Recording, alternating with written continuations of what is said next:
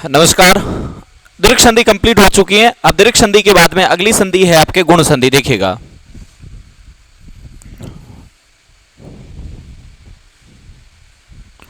अगली कौन सी संधि है?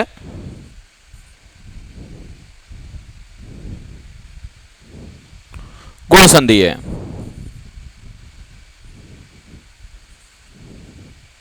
गुण संधि है, देखिए। हाँ, गुण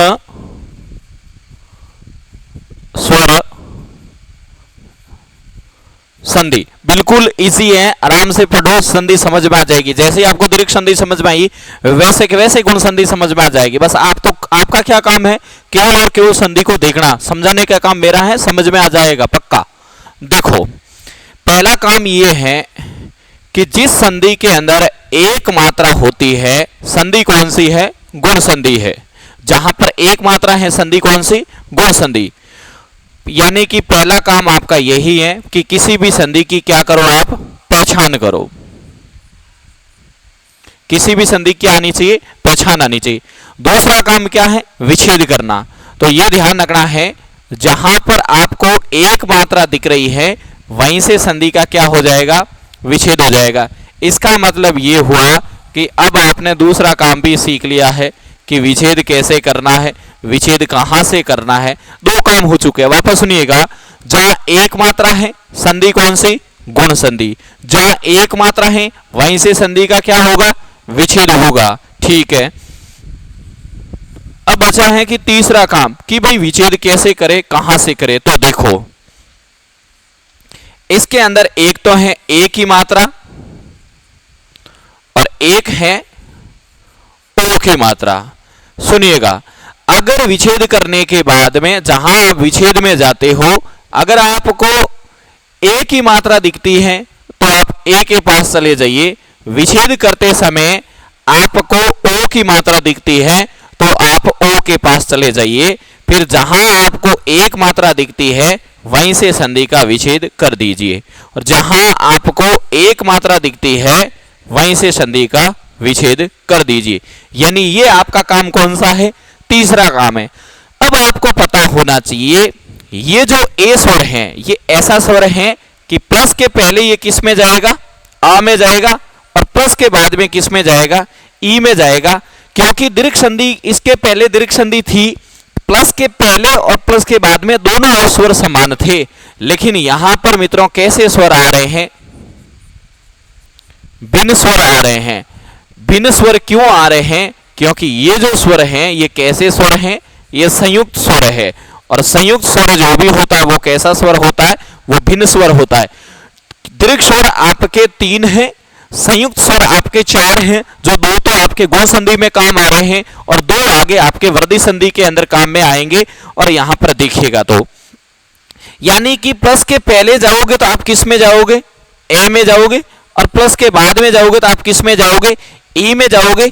ये छोटे बड़े हो सकते हैं, छोटे बड़े इसलिए हो रहे हैं क्योंकि कोई भी शब्द होना चाहिए वो क्या होना चाहिए? शुद्ध होना चाहिए। जिस व्यक्ति ने ये तरीका सीख लिया है, गुण संधि के एक ही उदाहरण वो सारे कर सकता है। ठीक उसी प्रकार ओ का देख लीजिए। प्लस के पहले जाओगे तो किस में जाना है? ए में जाना है, और प्लस के बाद में जाओगे तो किस में जाओगे? ओ में जाओगे। यानी कि ये छोटे बड़े फिर हो सकते हैं। छोटे बड़े क्या हो रहे हैं? क्योंकि कोई भी शब्द होना चाहिए वो क्या होना चाहिए? शुद्ध होना चाहिए। कोई भी शब्द होना चाहिए वो क्या होना चाहिए? शुद्ध होना चाहिए। वापस देख लीजिए। सबसे पहला काम क्या है? एक मात्रा संधि कौन सी? गुण संधि। बस दिमाग फिक्स हो गया है। अब करना है आपको विच्छेद। जहां आपको एक मात्रा दिखती है वहीं से संधि का क्या होगा?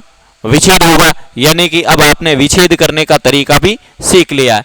अब आपका तीसरा तरीका है कि विच्छेद करना कैसे, विच्छेद को क्या करना है। तो अगर मात्रा एक ही दिख रही है तो आप ए के पास चले जाइए। अगर मात्रा आपको ओ की दिख रही है तो आप किसके पास चले जाइए? ओ के पास चले जाइए। ए की मात्रा ध्यान रखना है नीचे नहीं आएगी, लेकिन ओ की मात्रा ध्यान रखना है इस प्रकार से नीचे आएगी। ए की मात्रा नीचे नहीं आएगी, ये ध्यान रखना। ये खुद पेपर हुआ, इसने पेन ने भी बड़ा कर दिया भाई, ध्यान रखना है। और यहां पर जो ध्यान रखना, ओ की मात्रा वो नीचे नहीं आएगी। अब देखो, दीर्घ संधि के अंदर जाते थे विच्छेद में तो दोनों ओर समान स्वर लिए जाते थे। गुण संधि के अंदर विच्छेद में जा रहे हो तो दोनों ओर भिन्न स्वर लिए जाएंगे। ध्यान रखना, देखो ये अ और ई भिन्न है, ये अ और उ भिन्न है, क्योंकि आपको पता होना चाहिए ये ए ऐसा स्वर है जिस स्वर के अंदर ए भी है और जिस स्वर के अंदर ई भी है, यानी ए जो स्वर बना है वो अ और ई से मिलकर ए बना है। ये ओ जो आपको जो स्वर दिख रहा है, ये ध्यान रखना है अ और उ से मिलकर बना हुआ है, तो ये भी आपको पता होना चाहिए। पहला काम ये होना चाहिए, आपको ये समझ में आना चाहिए, और बाकी वाला समझ में आपको उदाहरण से आ जाएगा। अभी देखो इसके एक उदाहरण देते हैं, उदाहरण में आपको बड़े ढंग से समझ में आ जाएगा, आराम से समझ में आ जाएगा। पहले आपको इसको ये तरीका सीख लो। उदाहरण देखो, थोड़ा सा पेन सही कर देते हैं भाई, क्या गड़बड़ हो रहा है पता नहीं। हाँ, अब देखो उदाहरण देखिए, उदाहरण में आपको ढंग से समझ में आ जाएगा। जैसे एक उदाहरण है, बड़ा पेन गड़बड़ कर रही है। जैसे उदाहरण है, डर लगने लगे कि कहीं ना कहीं फिर ना हो जाए। क्या बात है, देख रहे हैं।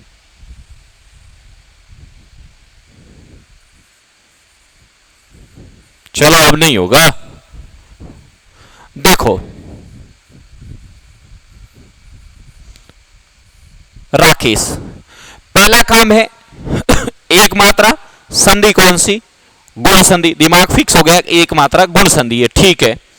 अच्छा, कुछ एक विद्यार्थी ये सोचते होंगे एक मात्रा विसर्ग संधि में भी होती है, बिल्कुल होती है, लेकिन जिस समय विसर्ग संधि आएगा इसका उदाहरण करके दोनों को अंतर करके 100% क्लियर कर दूंगा, उसके बाद गलती नहीं आएगी। आपके दिमाग में अगर है वो तो मैं क्लियर कर दूंगा। अब देखो, यानी जहां एक मात्रा है संधि कौन सी, गुण संधि, ठीक है, आपकी पहचान आ गई दिमाग में।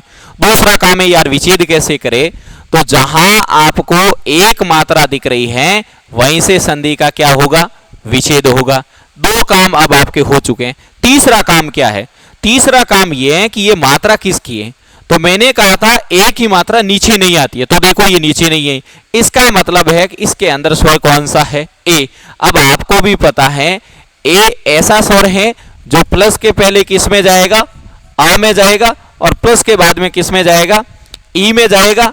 ये छोटा बड़ा हो सकता है, ये भी छोटा बड़ा हो सकता है, क्योंकि ये छोटे बड़े इसलिए हो रहे हैं क्योंकि कोई भी आपको जो शब्द चाहिए वो क्या चाहिए था, शुद्ध चाहिए था। ये जिस व्यक्ति को तरीका आ रहा है गुण संधि के सारे उदाहरण कर सकता है, ये ध्यान रखना है, तो ये तरीका आना चाहिए। देखो अभी यहां अप्लाई करते हैं। देखो इसका मतलब पता चला कि राख होता है कि राखा होता है, राका होता है।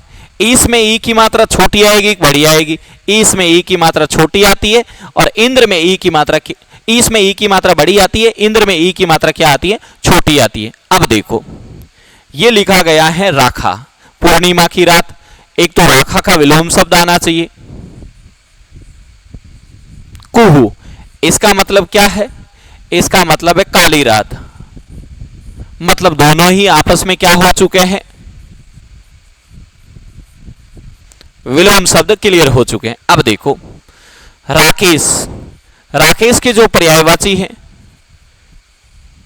मयंक है, शशि है, सोम है और चंद्रमा है। यानी राकेश के पर्यायवाची, चंद्रमा किसका पर्यायवाची है, राकेश का है। सोम, राकेश, शशि, चंद्रमा, मयंक, चंद्रमा। अक्सर ध्यान रखना, लगभग स्कूलों में लगभग शशि मैम ज्यादा मिलता है देखने को, आपको ध्यान रखना है, तो आपको यहाँ पर्यायवाची याद होने चाहिए बस। अब देखो राखा, राखा किसका पर्यायवाची है,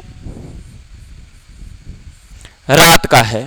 अब आपको रात के पर्यायवाची आने चाहिए, जैसे सपा किसका पर्यायवाची है, रात का है। निशा किसका पर्यायवाची है, रात का है। रजनी किसका पर्यायवाची है, रात का है। यामिनी किसका पर्यायवाची है, रात का है। विभावरी किसका पर्यायवाची है, रात का है। ये सवाल इसलिए लिख रहा हूं, ये भाई साहब पूछे जाते हैं, ये ध्यान रखना। वापस ध्यान दीजिए। सपा किसका पर्यायवाची? रात का। निशा किसका पर्यायवाची? रात का। रजनी किसका पर्यायवाची? रात का। और इसके आगे अगर चर जोड़ दें तो ध्यान रखना है राक्षस का पर्यायवाची हो जाएगा। रजनी चर, निशा चर। यामिनी, तारों भरी जो रात होती है उसे यामिनी कहते हैं, और विशेष तारों भरी रात होती है उसे विभावरी कहते हैं। और निशा से ही एक शब्द बनता है निशित। निशित का मतलब होता है अर्धरात्रि का जो समय होता है उसे क्या कहते हैं? निशित कहते हैं। ध्यान रखना है। अब देखिएगा एक और शब्द आता है, ध्यान रखना है, रात का ही पर्यायवाची है, रात्रि। शब्द शुद्धि के अंदर ध्यान रखना है, अगर केवल रात्रि लिखा हुआ है तो कोई दिक्कत नहीं, ध्यान रखना है। लेकिन यही रात्रि किसी शब्दों के साथ में जुड़ जाए, ध्यान रखना। कैसे? देखिएगा, जैसे मान लो शब्द हो गया अहोरात्रि, उसी प्रकार शब्द हो गया नवरात्रि, उसी प्रकार शब्द हो गया दिवारात्रि। तो ये शब्द गलत है। वापस सुन लीजिए, शब्द शुद्धि में स्वतंत्र रूप से रात्रि लिखा हुआ है तो सही है, लेकिन रात्रि अगर किसी शब्द के साथ में जुड़ा हुआ फिर रात्रि ही लिखा हुआ आ रहा, जैसे देखो अहोरात्रि, नवरात्रि, दिवारात्रि, ये सारे शब्द गलत हैं। क्योंकि रात्रि शब्द अगर किसी के साथ में स्वतंत्र रूप से रात्रि लिखा हुआ तो सही है, लेकिन किसी शब्द के साथ में जुड़ा हुआ लिखा हुआ आ रहा है तो अहोरात्रि नहीं होगा, अहोरात्र होगा, नवरात्रि नहीं होगा। ये तो अक्सर लिखा हुआ मिलता है आपको, नवरात्रि नहीं, नवरात्र होता, ध्यान रखना। ये दिवारात्रि नहीं होगा, इसका शुद्ध शब्द क्या होगा? दिवारात्र होगा। तो ये आपको शुद्ध शब्द भी पता होना चाहिए साथ साथ में। अच्छा, एक और देख लीजिए, जैसे देखो एक लिखा हुआ आता है सरवरी और एक लिखा हुआ आता है सफरी। तो सरवरी का मतलब तो ध्यान रखना है रात होता है, लेकिन सफरी का मतलब क्या होता है? सफरी का मतलब मछली होता है। अब मछली ध्यान रखना है, हो सकता है कि सवाल एग्जाम के अंदर आ जाए, पुल्लिंग स्त्रीलिंग के रूप में पूछ ले, जैसे मछली पूछ ले, मक्खी पूछ ले, खरगोश शब्द शुद्धि में भी पूछा जैसे खरगोश पूछ ले, ये इस तरीके के आपको पूछ ले पुल्लिंग स्त्रीलिंग। हिंदी के अंदर कुछ एक शब्द ऐसे होते हैं जो हमेशा फिक्स होते हैं कि वो पुल्लिंग में ही रहेंगे, और कुछ एक शब्द फिक्स होते हैं कि वो हमेशा स्त्रीलिंग में ही रहेंगे। जो शब्द हमेशा फिक्स हो जाता है, आम बोलचाल के अंदर जनसाधारण की भाषा में वो फिक्स हो जाता है कि इसको यार आज के बाद से कुछ भी हो जाए इसको हम पुल्लिंग ही कहेंगे। और कुछ एक शब्द ऐसे हैं जिनको जनसाधारण आम बोलचाल में कुछ भी हो जाए, परंपरागत रूप से हम बोल रहे हैं, बस इसको स्त्रीलिंग ही कहेंगे। जो शब्द ऐसे हो जाते हैं उन शब्दों को पुल्लिंग से स्त्रीलिंग बनाना है, स्त्रीलिंग से पुल्लिंग बनाना है। ऐसे शब्दों को ध्यान रखना, नर और मादा आगे जोड़ के पुल्लिंग स्त्रीलिंग शब्द बनाए जाते हैं। जैसे आपने देखा होगा, जैसे घर के अंदर मान लो आप चाय पी रहे हो, चाय पीते पीते कप के अंदर मक्खी पड़ गई, फिक्स बोला जाता है, लेकिन मना बताओ थाने गए डबिन में मक्खू पड़ी हो तो भाई अपने को क्या पता मक्खू पड़ी हो तो। जैसे अपन मान लो देख रहे हैं कि यार मछली मछली है पानी में, थाने गए मछलो है तो भाई आपको क्या पता वो मछला हो सकता है। जैसे खेत के अंदर, यानी इन शब्दों को आप फिक्स कर रहे हो, परंपरागत है जैसे ही बोल रहे हो। जैसे खेत के अंदर जैसे खरगोश, फिक्स ऐसे ही बोलेंगे कि खरगोश दौड़े, थाने का खरगोश नहीं दौड़े तो। यानी कुछ एक शब्द हिंदी के अंदर फिक्स हो चुके हैं, फिक्स हो गए हैं जो शब्द, उनको पुल्लिंग से स्त्रीलिंग बनाएंगे तो बाधा करेंगे। अगर वो पहले से स्त्रीलिंग के रूप में हम फिक्स कह रहे हैं, जैसे मछली फिक्स ही कह रहे हैं, तो इसको आप पुल्लिंग के अंदर लेके आएंगे तो क्या करेंगे? नर मछली कर देंगे। तो ध्यान रखना, कुछ एक शब्द हिंदी के अंदर फिक्स हो गए जो नर और मादा के रूप में चेंज करके उसका पुल्लिंग और स्त्रीलिंग रूप चेंज किया जाता है। जैसे मछली, नर मछली, मक्खी, नर मक्खी, खरगोश, मादा खरगोश, इसके आगे ये वापस जोड़ देंगे। उसी प्रकार जैसे मगरमच्छ, थाना का डबट मगरमच्छी है तो भाई मगरमच्छ, ये ऐसा ही में सवाल आ चुका है, ध्यान रखना भाई थाना का डबट मगरमच्छी है तो तो इसको अगर स्त्रीलिंग बनाना है तो क्या करना पड़ेगा, मादा मगरमच्छ करना पड़ेगा। ये विशेष तौर से ध्यान रखना। ये उदाहरण राकेश का है, इसके सामने ये पर्यायवाची है, इनकी ये शब्द शुद्धि है, उनका ये विलोम शब्द है, इनके साथ में जुड़ने वाले शब्द जो आपस में, अच्छा ये मैंने यहाँ क्यों लिखा, यहाँ इसलिए लिखा कि इस प्रकार से शब्द जो आपको एक साथ याद होने चाहिए, नहीं तो फिर आप पूरा ढंग से याद करके नहीं जाते हो, वहां पर आपकी पहचान में गलती हो जाती है। इसलिए मैं यह ध्यान रखना, इनके जो इर्द गिर्द कोई भी शब्द घूमता है मैं उनको वहीं साथ में ही रख देता हूं। अगला जैसे उदाहरण देखिएगा, जैसे उदाहरण है राजेश। पहला काम आपका वही, एक मात्रा दिखती है तो संधि कौन सी, गुण संधि, ठीक है पहचान कर ली। दूसरा काम, जहां एक मात्रा दिखती है संधि का विच्छेद वहीं से होगा, दो काम कर लिए। तीसरा काम, मात्रा है किसकी, मात्रा तो इसमें एक ही है, ए पता है आपको, प्लस के पहले किस में जाता है, आ में, प्लस के बाद में किस में जाता है, ई में। छोटा बड़ा हो सकता है, छोटा बड़ा इसलिए हो रहा है क्योंकि कोई भी शब्द होना चाहिए वो क्या होना चाहिए, शुद्ध होना चाहिए। इतना आप समझ लेते हो तो सवाल कोई भी कर लोगे, लेकिन स्टेप से बढ़ो, एकदम नहीं होगा, एकदम करने की कोशिश करोगे तो गलत हो जाएगा, बस ये ध्यान रखना है। अब आपको ही पता है राज होगा कि राजा होगा, राजा होगा साहब, राज थोड़ा ही होगा। इसमें ई की मात्रा बड़ी होगी छोटी होगी, इसमें ई की मात्रा बड़ी होगी, ये राजा धन ई से राजेश। अच्छा मैं फिर कह देता हूं, गुण संधि के उदाहरण अक्सर विच्छेद में पूछे जाते हैं और बनी हुई संधि में पूछेंगे तो विसर्ग संधि का ऑप्शन कंफर्म ही साथ में आएगा। क्यों, क्योंकि विसर्ग संधि के अंदर भी एक मात्रा आती है। अब मैं यहां क्लियर नहीं करूंगा, लेकिन जिस समय विसर्ग संधि आएगी 100% इसको क्लियर कर दूंगा। उसके बाद जिंदगी में कभी गलती नहीं होगी कि कब एक मात्रा आए जब आपको गुण संधि करनी है और कब एक मात्रा आए तब आपको विसर्ग संधि करनी है, लेकिन वो काम विसर्ग संधि आएगी उस समय करेंगे।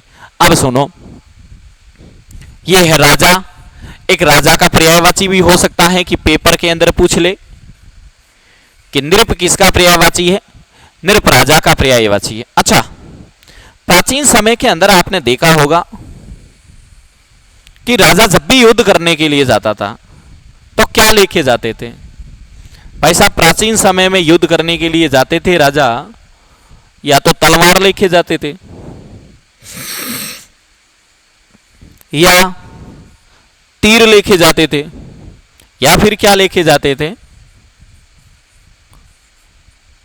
धनुष लेके जाते थे। तीन ही बातें थी, तीन ही चीज लेके जाते थे। अब मेरे लिखने का ये मकसद क्यों है, क्योंकि इनके साथ साथ आप इस तरीके से पर्यायवाची भी साथ में याद आ जाएंगे, और पर्यायवाची में वही लिख रहा हूं जो लगभग गलत होने का चांस रहता है। अब देखो, तलवार, एक दो सवाल तो ये भी आते हैं कि तलवार, जैसे वो प्यार करना, तलवार की धार होगी, तलवार की नोक होगी, वाक्य शुद्धि में ही आ जाता है। एक तो नोक है या तलवार की धार है। प्यार करने वालों के लिए देखिए अजीबोगरीब शब्द आया है कि प्यार करना तलवार की धार पर चलना है कि तलवार की नोक पर चलना है। तो ध्यान रखना, तलवार के नोक नहीं होती है, तलवार की धार होती है। ध्यान रखना, नोक भाले की होती है। अगर भाला दे दे और फिर आपको पूछ ले कि प्यार करना भाले पे चलना, तो भाले की क्या है, नोक है, और तलवार की क्या है, धार है।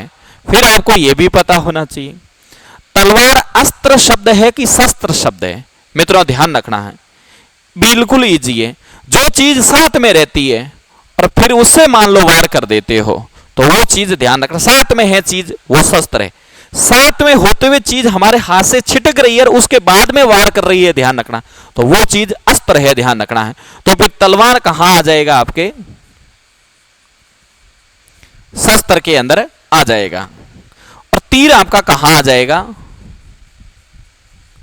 तीर आपके अस्त्र के अंदर आ जाएगा। अब देखो, तलवार के पर्यायवाची एक असी पूछा जाता है, एक खड्ग पूछा जाता है, एक कृपाण पूछा जाता है और सबसे महत्वपूर्ण शिरोई, सबसे महत्वपूर्ण है शिरोई, ध्यान रखना। अस्सी भी महत्वपूर्ण है क्योंकि आपको फंसा देगा अस्सी अन्नी में, ऐसे में अस्सी अन्नी अम्मी ने ऐसे फंसाएगा, ध्यान रखना। तलवार के पर्यायवाची, अस्सी किसका पर्यायवाची? तलवार का। खड्ग किसका पर्यायवाची? तलवार का। कृपाण किसका पर्यायवाची? तलवार का। और वेरी महत्वपूर्ण शिरोई किसका पर्यायवाची? तलवार का। तुम समझ लो कि तलवार के पर्यायवाची शिरोई दे दिया, तुम समझ लोगे यार शिरोई थोड़ी, ये तो जिला है, ऐसा ध्यान रखना। शिरोई में तलवारें बनती है इसलिए फेमस हो गया, वो पर्यायवाची ही बन गया, ध्यान रखना। इसलिए ध्यान रखना है कि शिरोई किसका पर्यायवाची? तलवार का पर्यायवाची है और जिला भी है। ऐसे कुछ एक शब्द हैं, बहुत शानदार है।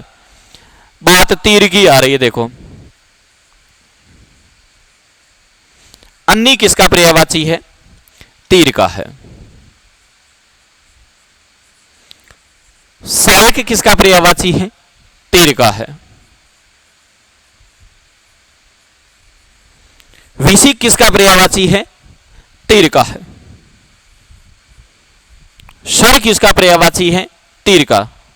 लेकिन इसके साथ में ये गलती कर सकते हो आप कि इसका मतलब क्या है, तो ये तो सर से ऐसे याद रखो, सर से सरोवर मतलब तालाब, ऐसे याद रखो। फिर इसके साथ में ये भी पता चल गया कि ये एक और क्या बन गया, आपका शब्द युग्म बन गया कि इसका मतलब यहां चला जाएगा, इसका मतलब, अब इसको तो याद रखने का तरीका ऐसे रखो, सरोवर, इसमें विसर्ग संधि है, सरोवर में सरधनवर। अब है धनुष, धनुष के पर्यायवाची कोदंड किसका पर्यायवाची है? धनुष का। पिनाक किसका पर्यायवाची? अब तुम कह दो संधि चल रही, यहां कहां चलेगे, इसके साथ में याद कर लोगे तो वो भी याद हो जाए, ये भी याद हो जाए। एक साथ पर्यायवाची याद करते हो भूल जाते हो, नहीं तो साथ साथ चलाते रहते हो, ठीक ठाक पर्यायवाची संधि के साथ में याद आ जाता है, कॉन्फिडेंस आ जाता है। पिनाक किसका पर्यायवाची है? धनुष का है। लेकिन ध्यान रखना, पिनाकी आ गया तो शिवजी हो जाएंगे, भारी आदमी है भाई, जी लगा के लिख देते हैं शिवजी। उसी प्रकार जैसे चाप, चाप की तरह ही मैथ पढ़ी होगी आपने, मैथ चाप की तरह ही करता है धनुष, ध्यान रखना है। तो चाप किसका पर्यायवाची है? धनुष का पर्यायवाची है। उसके बाद में एक और पर्यायवाची विशिकासन। अब देखो ये शब्द यहीं से तो यहां आया है कि विषि किसका था? तीर का था। और विशिकासन मतलब इसमें दीर्घ संधि है, इसको अगर तोड़ते हो तो बनता है विशिक धन आसन, यानी ये आसन, और एक होता है ये आसन। इस आसन का मतलब तो होता है बैठना, और ये आसन है नजदीक। भूतकाल के अंदर 6-7 प्रकार पढ़ेंगे, 6-7 तरीके के भूत होंगे भाई। ये है आसन भूत, यूं कह दो। युगम शब्द भी हो गया, युगम शब्द हो गया, संधि हो गई, पर्यायवाची हो गया, सबको साथ में चल रहा है। देखो अब देखो, विषि का मतलब क्या है? तीर। आसन का मतलब क्या है? बैठना। तो तीर किस पर बैठ रहा है?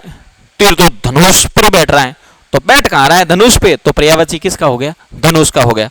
अब ये भी ध्यान रखना, इसका मतलब जैसे रामायण महाभारत में आसन ग्रहण कीजिए मतलब बैठना, ये आसन्न है, यानी ये काम आसन में हुआ है, नजदीक समय में हुआ है। ये दोनों युगम शब्द हैं, ये भी ध्यान रखना। ये धनुष के पर्यायवाची है, ये तीर के पर्यायवाची है, ये तलवार के पर्यायवाची है। तलवार शस्त्र है, तीर अस्त्र है। नौक धार में पता चल गया राजा नृप का पर्यायवाची है। उसके बाद में राजा जब भी युद्ध के लिए जाता है तो उनके साथ में ये पर्यायवाची रहते हैं। तो राजेश हो चुका है। अक्सर संधि में दिया जाएगा तो राजधन ईस दे देगा, इसलिए गुण संधि के ज्यादातर सवाल विच्छेद के अंदर पूछे जाते हैं, जिसमें ए और आ की लड़ाई पेपर वाला करवा देता है। तो राजेश आपको विशेष तौर से पता होना चाहिए। देखो अगला उदाहरण,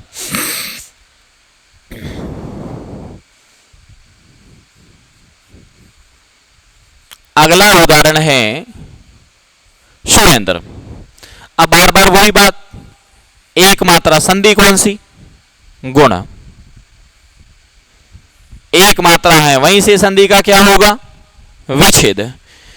यानी कि जहां एक मात्रा वहीं से विच्छेद। विच्छेद होते समय वही बात, फिर अब बार बार क्या बोलूं, मेरे हिसाब से तो आप भले कभी हिंदी नहीं पढ़ी है तो भी मैं ये समझता हूं कि यार हिंदी पूरी, संधि आपको पूरी समझ में आ गई अगर आप ढंग से वीडियो देख रहे हो। तो वापस वही कि एक मात्रा है तो प्लस के पहले अ और प्लस के बाद में ई में जाएगा, छोटा बड़ा हो सकता है। छोटा बड़ा इसलिए हो रहा है क्योंकि कोई भी शब्द होना चाहिए वो क्या होना चाहिए, शुद्ध होना चाहिए। तो क्या हो गया, सूर्यधन इंद्र। इंद्र में ई की मात्रा छोटी होती है और इस में ई की मात्रा क्या होती है, बड़ी होती है। अब ये मैंने पहले ही बता दिया, ध्यान रखना, जिसका जिक्र हो चुका है, इनका जिक्र हो गया है, इनका जिक्र भी हो चुका है, इसलिए बार बार नहीं। ये देवता, ये अंधा और ये वीर। अब देखो, यह है भाई साहब इंद्र भगवान। इंद्र यानी एक शब्द लिखा हुआ आता है,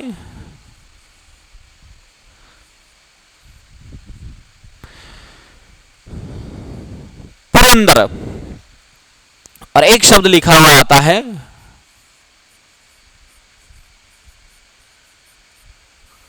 पुलोमजा, और एक शब्द लिखा हुआ आता है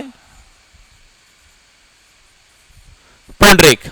बहुत अच्छे से, पहली बात तो ये एक साथ ही याद होने चाहिए, ऐसे पुरंदर। गलत तो नहीं लिख दिया, हाँ सही है। अब देखो,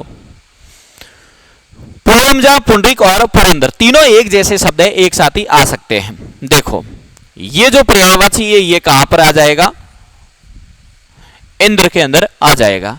लेकिन अगर आपको पेपर वाला ये पूछ ले कि पुलोमजा किसका पर्यायवाची है, तो भाई साहब पुलोमजा इंद्र का पर्यायवाची, यानी इंद्र की पत्नी, यानी मैं ये कह सकता हूं ये वाली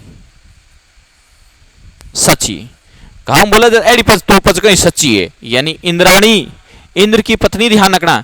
अच्छा, एक सच्ची के साथ में एक सूची ये भी आता है, अभी की फर्स्ट ग्रेड के अंदर भी आया था। एक सूची ये है और एक सूची ये है। इसका मतलब इंद्राणी हो गया, इसका मतलब क्या है, पवित्र है। इसका मतलब क्या है, तालिका है, ध्यान रखना है, गलत नहीं होने से। वापस देखो, सच्ची मतलब इंद्रा, एडिपस तो कोई सच्ची है, इंद्रा सूची पवित्र है, ध्यान रखना, गलत हो जाएगा। शब्द शुद्धि के अंदर विशेष दोष हैं ये। और सूची बनाइएगा, तालिका बनाइएगा। शब्द युगों में सबसे अच्छे शब्द इसलिए हैं कि आपकी गलती होगी तो भूल जाओगे कि इसमें क्या लिखना था, इसमें क्या लिखना था, इसमें क्या लिखना था।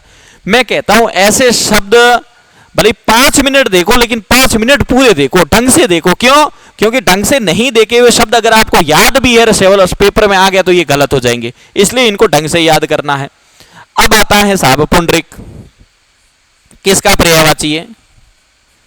पहली बात, कमल का पर्यायवाची है। अब सुनो, पुंडरीक किसका पर्यायवाची? कमल का।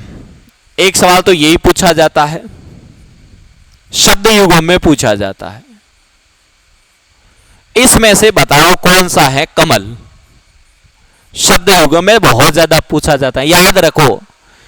उत्पल का मतलब ही कमल है। अब याद रखोगे ये क्या है, ये पाषाण है। अब सुनो, कमल एक मूल शब्द है। कैसा शब्द है? मूल शब्द। और जो मूल शब्द होता है उसके अंदर उपसर्ग और प्रत्यय कभी नहीं होते। उपसर्ग और प्रत्यय कभी नहीं होते। अच्छा, मूल शब्द का मतलब क्या होता है? मूल शब्द का मतलब होता है ये अलग नहीं होगा कभी भी, और अलग कर दिया इसका अर्थ अलग हो गया तो भी बात खत्म है, ध्यान रखना। यानी एक स्थिति ऐसी रहती है, सबसे छोटा होता है, विभाजन नहीं करता है और एक निश्चित अर्थ देता है। ऐसे शब्द को हिंदी के अंदर क्या कहते हैं? ऐसे शब्द को हिंदी के अंदर मूल शब्द कहते हैं। जो पुंडरीक का कमल पर्यायवाची है। उसी प्रकार देखिएगा, पंकज। अब आपको पता है पंख और जय, कीचड़ में जन्म किसका होता है? कमल का होता है। इसका मतलब ये हुआ, ये शब्द रूढ़ हो गया। रूढ़ हो गया मतलब योग रूढ़ हो गया, यानी कि ये योग रूढ़ हो गया। और किसके लिए हुआ? कमल के लिए हुआ। पंख का मतलब कीचड़, जय का मतलब जन्म। कीचड़ में जन्म किसने लिया? कमल ने लिया। मतलब क्या हुआ? अच्छा, ये योग रूढ़ का मतलब क्या होता है? कोई भी चीज किसी के लिए फिक्स हो जाती है। जैसे गांव के अंदर आप किसी को उपनाम भी पुकारते हो ना, तो पहली बार जिसको ज्यादा उपनाम पुकार लिया और फिर उसके बाद में वो फिक्स हो गया, तो वो उपनाम बार बार उसके उस व्यक्ति के लिए ही जाएगा। उपनाम जैसे कई जगह तो गांव में इसको कहते हैं कि नोटियो, क्या इनो नोटियो दिलाई दियो, यानी वो फिक्स हो जाता है, किसी के लिए फिक्स हो जाता है, फिर वो प्रसिद्ध हो जाता है, और प्रसिद्ध होने के बाद वो योग रूढ़ हो जाता है। और जो चीज योग रूढ़ हो जाती है, किसी के लिए फिक्स हो जाती है, वो चीज ध्यान रखना बहुरी समास के अंदर भी जाती है। इसलिए ये उदाहरण कहां चला जाएगा, बहुरी समास में भी चला जाएगा। अब तो तुम कहोगे यार संधि चल रही है, ऐसे हिंदी है भाई साहब, ऐसे ही चलेगी, हिंदी से खेलना सीखो। उसके बाद में नीरज, ये सवाल जहां दिया जाएगा फिक्स है कि ये दिया जाएगा आपके उपसर्ग के अंदर। उपसर्ग में क्यों देगा, पेपर वाला चालू है इसलिए। वो ऐसे उदाहरण देगा, नीरव, नीरस, नीरोग, नीरज, बस गए तुम काम से। कह दिया कि निम्न में से किस में उपसर्ग नहीं है, तुम्हें सारे एक जैसे लगेंगे, लेकिन ध्यान रखना है नीरज में उपसर्ग नहीं है। अगर ऑप्शन भी बताओ तो ये देखो इस तरीके का सवाल आएगा, नीरज, ऑप्शन भी यही रहने वाले साहब, नीरस, नीरव, नियोग, ऐसे ऑप्शन रहेंगे। फिर कहेगा कि किस में उपसर्ग नहीं है, इसमें उपसर्ग नहीं है, इसमें नी उपसर्ग है, इसमें नी उपसर्ग है, इसमें नी उपसर्ग है, इसमें नी थोड़ी है, इसमें नीर है। ध्यान रखना, नीर का मतलब पानी होता है, जय का मतलब जन्म होता है, पानी में जन्म कमल का होता है, इसलिए ध्यान रखना। ऑप्शन भी ये रहेंगे, पहले कह देता हूं। तो इसमें उपसर्ग नहीं है। विशेष तौर से ध्यान रखो, प्रत्यय, प्रत्यय तो है साहब, कौन सा प्रत्यय, जे। मूल शब्द क्या, नीर, नीर का मतलब क्या, पानी, एक नीर यानी पानी, नीर यानी घोंसला। उसी प्रकार देखो सवाल आया, सरोज, पहली बात तो सरोज विसर्ग संधि का उदाहरण है। सरधन, जे यानी सर यानी पानी, पानी में जन्म किसका होता, कमल का होता, यानी ये विसर्ग संधि का उदाहरण है। अब सुनो, कई बार जैसे ऐसे पढ़ा देते हैं कि जिस शब्द के पीछे जे आया वो कमल के पर्यायवाची है, पेपर वालों को पता चल जाता है आजकल ऐसा तरीका चल रहा है, तो वो जे के उदाहरण में मनोज वाला दे देता, और मनोज वाला देते ही, हालांकि मनोज और सरोज में दोनों में विसर्ग संधि है। अब देखो एक एक मात्रा आ रही, लेकिन क्लियर विसर्ग संधि आएगा तब करेंगे ना, 100% क्लियर हो जाएगा। देखो मनोज में और सरोज में दोनों में विसर्ग संधि है।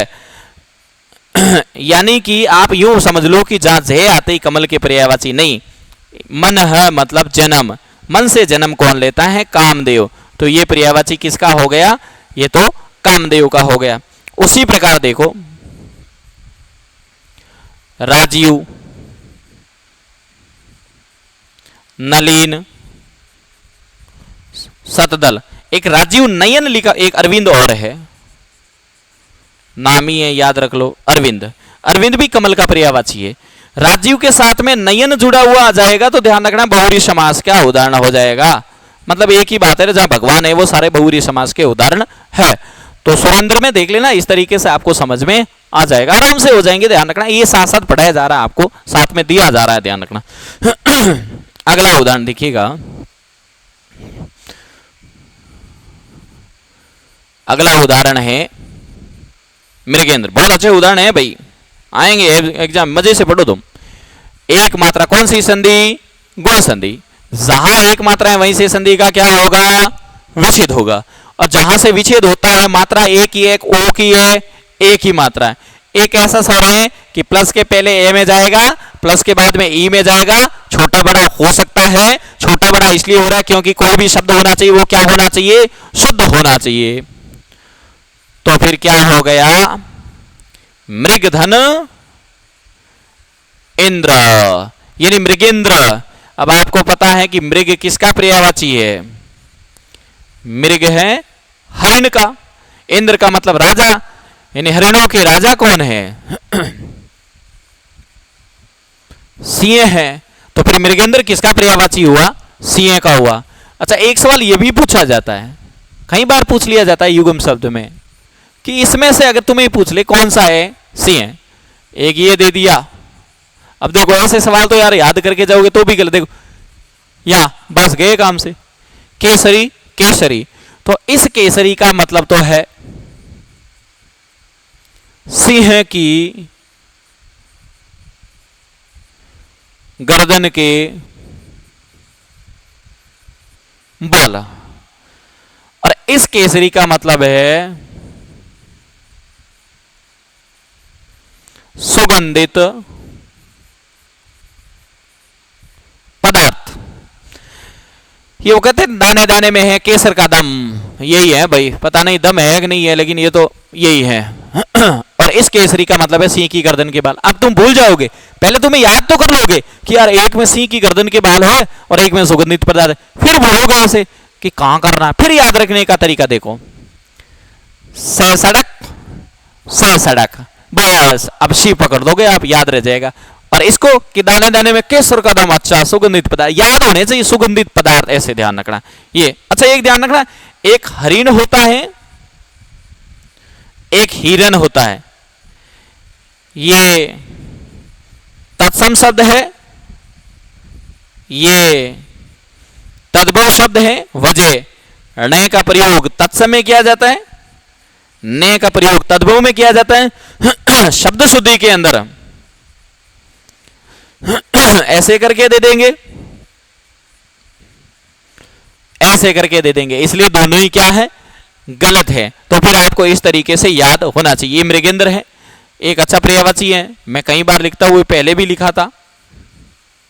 शार्दुल किसका पर्यायवाची है, सिंह का है, याद रखना इसके साथ में, ये इनके साथ में दिया जा रहा है। अगला उदाहरण देखिएगा, बहुत अच्छा उदाहरण है भाई अगला भी। अंत्येष्टि, बनी हुई संधि में कितनी मात्रा दिख रही है, एक मात्रा संधि कौन सी, गुण। जहां एक मात्रा वहीं से संधि का क्या होगा, विच्छेद। ठीक है, आपने विच्छेद करने का तरीका भी सीख लिया है। अब वही वाला तरीका, पहले वाला तरीका ही अपनाना है। तो मैं सीधा ही लिख सकता हूं, अब इतना तो आप भी समझ गए होंगे यार। अंत्यजन क्या हो जाएगा, आप खुद लिखने की कोशिश करो। इष्टि, अंत्येष्टि है ना, अंतिम समय। अंतिम समय में कहां चले जाओगे तुम, अंतिम समय में यहीं चले जाओगे साहब, यही है जिंदगी का अंतिम लक्ष्य। शमशान, शमशान, अच्छा देखो शमशान के अंदर भी अगर शब्द आ जाए, शब्द शुद्धि में ये बहुत अच्छे शब्द है भाई। एक तो है क्रियाक्रम और एक है कार्यक्रम। मुझे बताओ क्या ये दोनों ही सही है, पहले बात तो आप खुद देखो इनको। दोनों ही सही है। इसको उल्टे करके दे देंगे वहां पर, कैसे, इनको ऐसे लिख के दे देगा,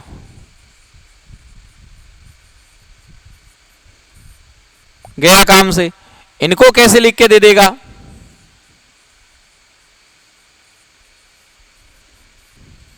गया काम से।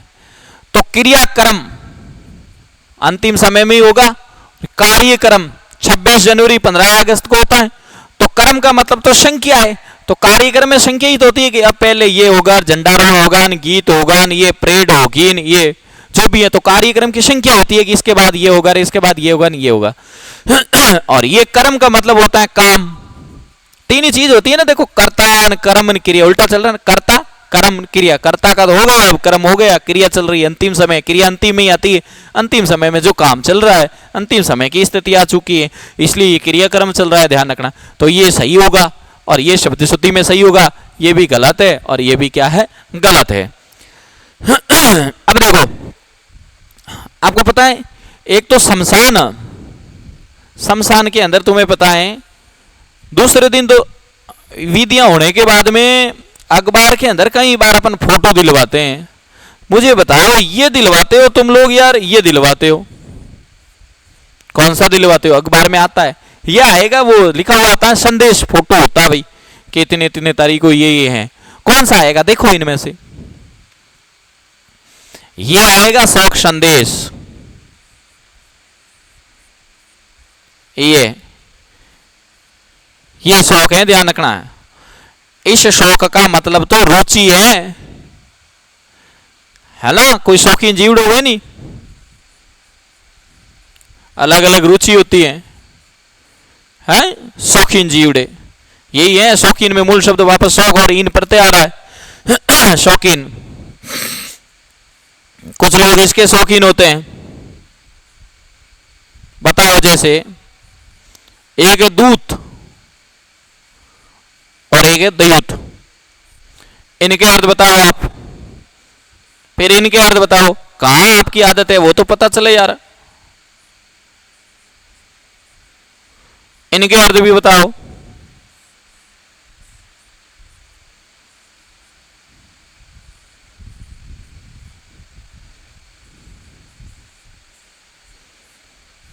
इनके अर्थ भी, तो ये सारी खराब आदतें यहां आ चुकी है। बताओ ये शौकीन जीवड़े की आदतें देखो, शौकीन, ये शौकीन जीवड़ा है, इसकी सारी खराब आदतें यहाँ आ चुकी है, ध्यान रखना। ये पत्रिका में शौक संदेश यही लिखा हुआ आता है, ये शौक मतलब रुचि होती है आदमी की, देखो सारी खराब रुचियां यहाँ आ चुकी है, सबसे आता है। ये दूत का मतलब क्या है,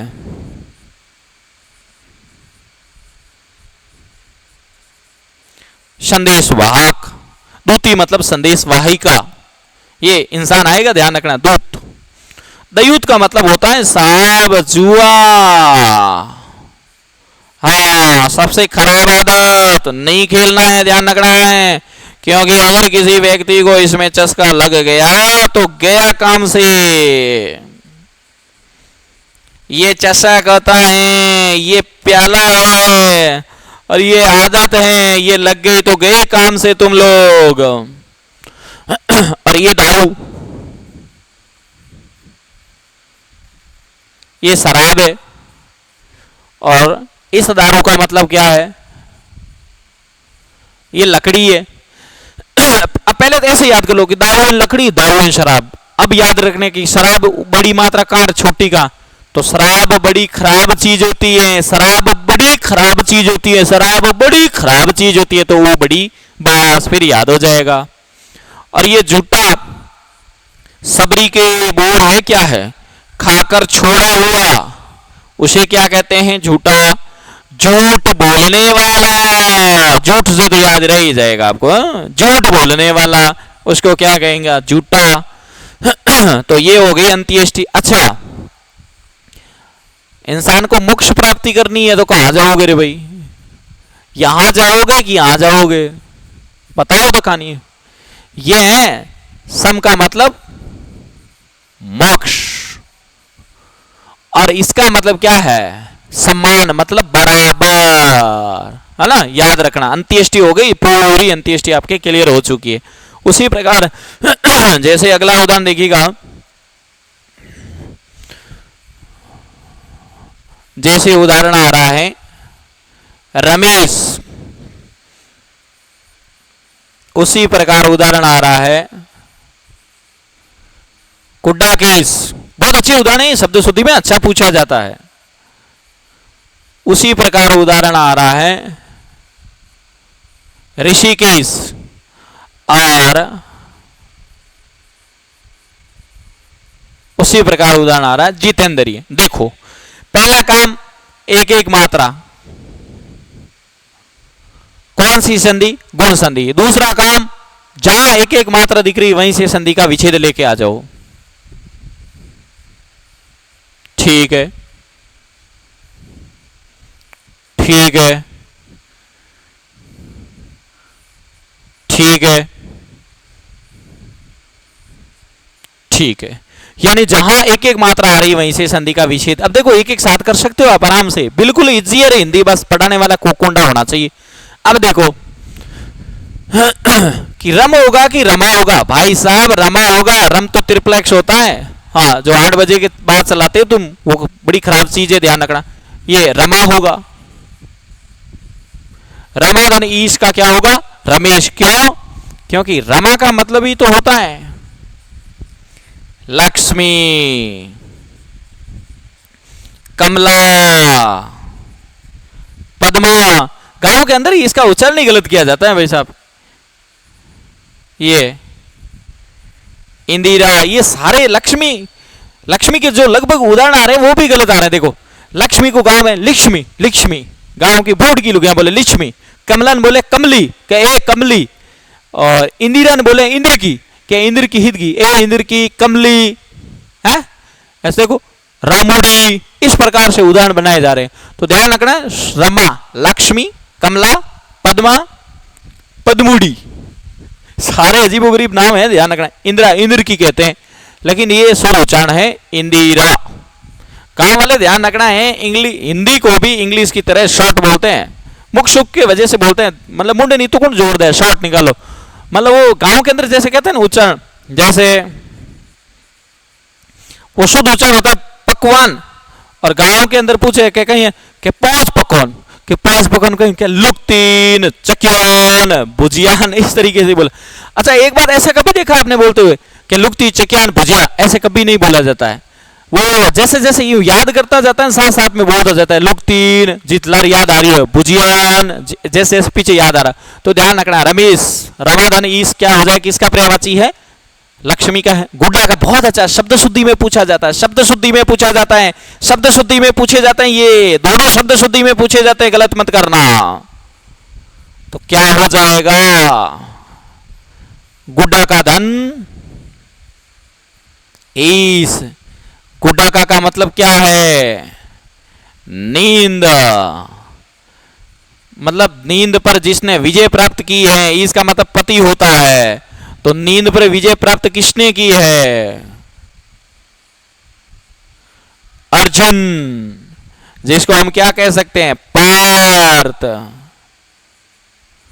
धनंजय,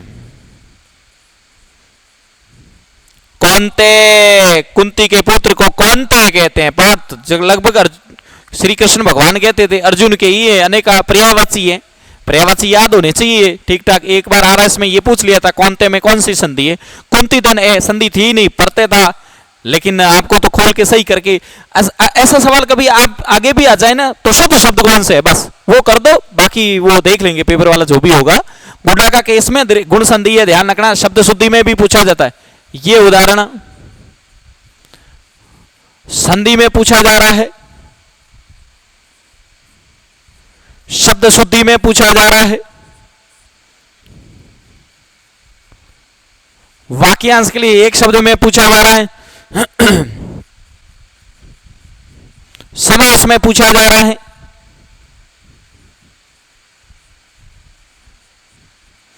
पर्यायवाची में पूछा जा रहा है। पर्यायवाची अर्जुन, समास बहुरी, वाक्यांश के लिए एक शब्द आपके सामने, नींद पर विजय प्राप्त, शब्द शुद्धि में कैसे लिखा जा रहा है, संधि में आपके सामने। उसी प्रकार देखो ये भी सवाल पूछा जाता, अब सीधे ही लिख रहे हो बार बार, ऐसे नहीं कि तुम कहो ऋषिक धन एश, ऋषि का मतलब क्या होता है, इंद्रियों, पर जिसने विजय प्राप्त की है, यानी इंद्रियों का ही क्या हो गया, स्वामी हो गए।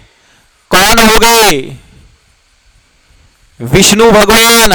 तो ये सवाल भी ऐसा है, कहां कहां पूछा जा रहा है, संधि में पूछा जा रहा है, शब्द शुद्धि में पूछा जा रहा है, पर्यायवाची में पूछा जा रहा है, समास में पूछा जा रहा है, वाक्यांश के लिए एक शब्द में पूछा जा रहा है, इसलिए गलत मत करना। उसके बाद में जितेंद्रिय का देखो, जीत धन, अब मैं इसलिए लिख रहा हूं कि मैं ये समझ रहा हूं तुम्हें संधि समझ में आ गई। जीत धन इंद्रिय, जितेंद्रिय, यानी कि ये भी देखो संधि में तो पूछा जा रही है, कौन सी संधि, गुण संधि। फिर ये कहां पूछा जा सकता है, वाक्यांश के लिए एक शब्द में पूछा जा सकता है, समास में पूछा जा सकता है। जहां जहां भगवान है वहां पर बहुरी समास है, बस एक समास कंप्लीट। अब देखो जितेंद्रिय, जिसने इंद्रियों को जीत लिया उसे क्या कहते हैं, जितेंद्रिय। और जिसने इंद्र पर विजय प्राप्त की है, जिसने इंद्र को ही जीत लिया उसे क्या कहते हैं, इंद्रजीत। और जो इंद्रियों द्वारा न जाना जा सके उसे क्या कहते हैं, अगोचर। और जो इंद्रियों की पहुंच से परे है उसे क्या कहते हैं, अतीन्द्रिय। तो गुण संधि में ए के उदाहरण आपके कंप्लीट हो गए, ओ के उदाहरण आपके कर लेंगे, तब तक इनके वस्तुनिष्ठ मिलाते रहो। अच्छा, यहां जो पढ़ने का तरीका है उस तरीके का एक ही मतलब है कि पढ़ने के बाद अगर आपके पास वस्तुनिष्ठ किताब है, वस्तुनिष्ठ किताब से देखते रहिए, मिलान करते रहिए, इनको वहां पर अप्लाई करेंगे, आराम से सवाल होंगे। कोई भी पेपर दे के आओ हिंदी का, सारे सवाल सही होंगे।